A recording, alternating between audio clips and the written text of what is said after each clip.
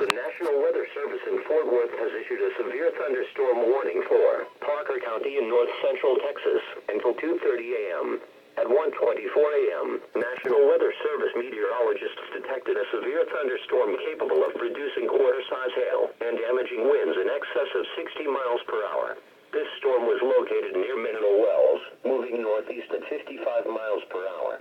The severe thunderstorm will be near Coolant Mineral Wells State Park around 1:30 a.m., Weatherford around 1:40 a.m., Springtown around 1:55 a.m. If you are caught outside, seek shelter in a strong building and stay inside, away from windows until the storm has passed.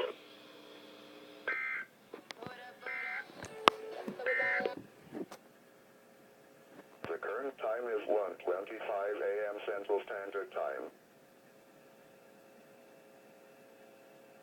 You are listening to NOAA. All hands at 3.